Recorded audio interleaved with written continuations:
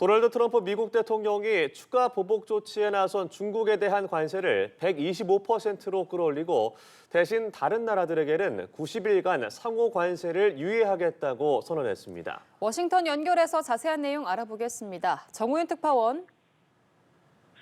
네, 워싱턴입니다. 트럼프 미국 대통령이 관세 정책이 또 바뀌었습니다. 이쯤 되면 변덕이 죽을 듯하다는 표현이 떠오르는데요. 말씀하신 대로 자신의 상호 관세 부과 방침에 반기를 들고 보복 조처를 해온 유일한 나라 중국에만 화력을 쏟아부은 겁니다. 중국산 수입품에 125%의 관세를 부과하겠다는 건데요. 초고율 관세 폭탄이라는 말이 딱 들어맞는 수준입니다. 트럼프 대통령은 이런 파격적 조치에 나선 배경으로 세계 시장에서 중국이 보인 존경심이 부족했으며 미국에 보복했기 때문이라고 설명했고요. 이 밖에도 구구절절 다양한 이유를 들었는데 한마디로 트럼프 대통령이 자신의 관세 정책에 반발한 중국에 이른바 괘씸죄를 적용했다라고 볼 수 있습니다. 트럼프 대통령 스스로도 이번 조치가 중국의 관세 보복에 대한 것임을 인정했는데요. 잠시 들어보시죠. What was happening to us on trade, not only with, if you look at it, not only with China, but China was by far the biggest abuser in history. 당초 미국의 34% 상호 관세 부과에서 불붙은 양국의 관세 힘겨루기는 결국 125%라는 유례없는 관세 폭탄 선언에 이를 정도로 최악의 대치를 이어가는 모습인데요. 스콧 베선트 미국 재무장관의 말입니다.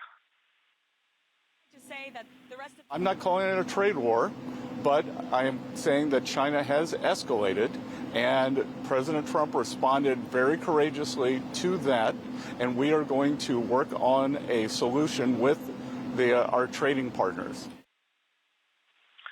세계무역기구 WTO는 미중 무역 갈등으로 양국 간 교역이 80%까지 감소할 수 있다고 추정했습니다.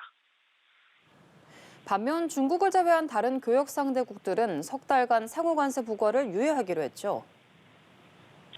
네, 그렇습니다. 트럼프 행정부의 관세 불똥이 중국으로 튀는 사이 다른 국가들은 일단 한숨을 돌리게 됐습니다.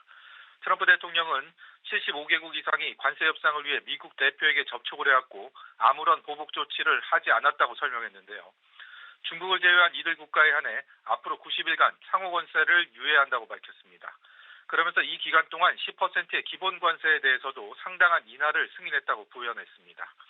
25%의 상호 관세 부과가 결정됐던 우리나라도 앞으로 90일 동안 유예 기간을 갖게 되고 10%의 기본 관세만 적용이 됩니다. 다만 철강과 자동차 등에 대한 품목별 관세는 그대로 유지되는데요. 베선트 미 재무장관은 각 국가에 대한 관세 해법은 맞춤형으로 하되 시간이 약간 걸릴 것이라고 말했습니다. 트럼프 대통령은 협상에 직접 참여하고 싶어 하기 때문에 90일 유예를 결정한 것이라고도 설명했습니다. 관련 발언 들어보시죠. We've started with a 90-day pause, and we will see if more countries turn up.